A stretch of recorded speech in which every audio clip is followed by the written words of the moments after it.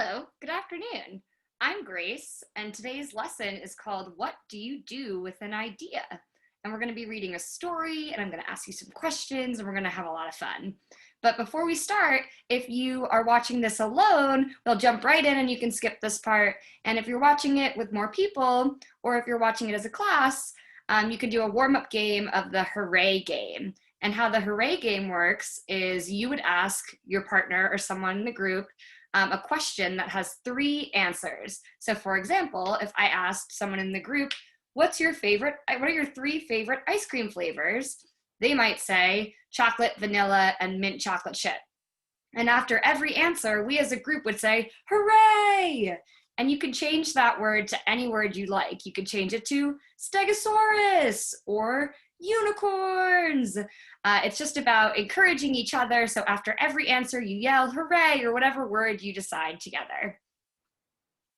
Next, I'm going to ask you a couple of questions. My first question is, what's an idea? I-D-E-A, idea. And where do ideas come from? Do they come from your pinky toes? Do they come from your kneecaps? Where do ideas come from? Have you ever had an idea? A good idea, a bad idea? And how did it make you feel when you had it? The story we're going to read today has an idea as a character. When you picture an idea, what do you picture? Now we're going to see if what you pictured is how the illustrator in this book depicted an idea. So I'm going to share my screen so that you can watch and listen to this story.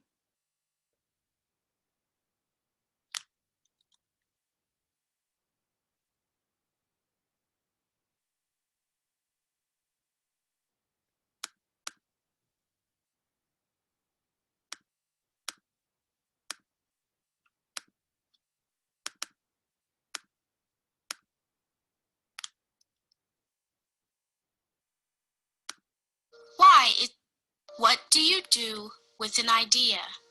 Written by Kobe Yamada, illustrated by May Beeson. One day, I had an idea. Where did it come from? Why is it here? I wondered.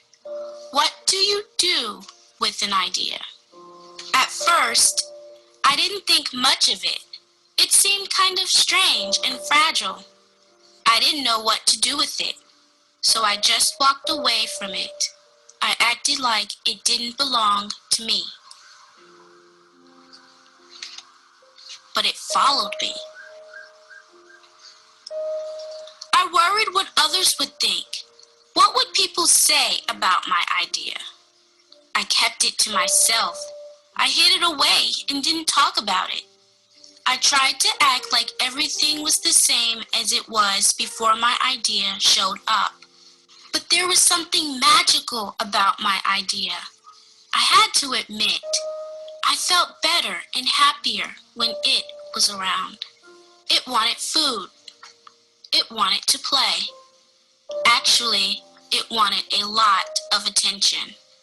It grew bigger, and we became friends. I showed it to other people even though I was afraid of what they would say. I was afraid that if people saw it, they would laugh at it. I was afraid they would think it was silly, and many of them did. They said it was no good. They said it was too weird. They said it was a waste of time and that it would never become anything. And at first, I believed them. I actually thought about giving up on my idea. I almost listened to them. But then I realized, what do they really know? This is my idea, I thought. No one knows it like I do. And it's okay if it's different and weird and maybe a little crazy. I decided to protect it, to care for it. I fed it good food. I worked with it. I played with it. But most of all, I gave it my attention. My idea grew and grew, and so did my love for it. I built it a new house, one with an open roof where it could look up at the stars, a place where it could be safe to dream. I liked being with my idea. It made me feel more alive, like I could do anything. It encouraged me to think big and then to think bigger. It shared its secrets with me. It showed me how to walk on my hands because, it said, it is good to have the ability to see things differently. I couldn't imagine my life without it. Then, one day, something amazing happened. My idea changed right before my very eyes. It spread its wings, took flight, and burst into the sky. I don't know how to describe it, but it went from being here to being everywhere. It wasn't just a part of me anymore. It was now a part of everything. And then I realized what you do with an idea. You change the world.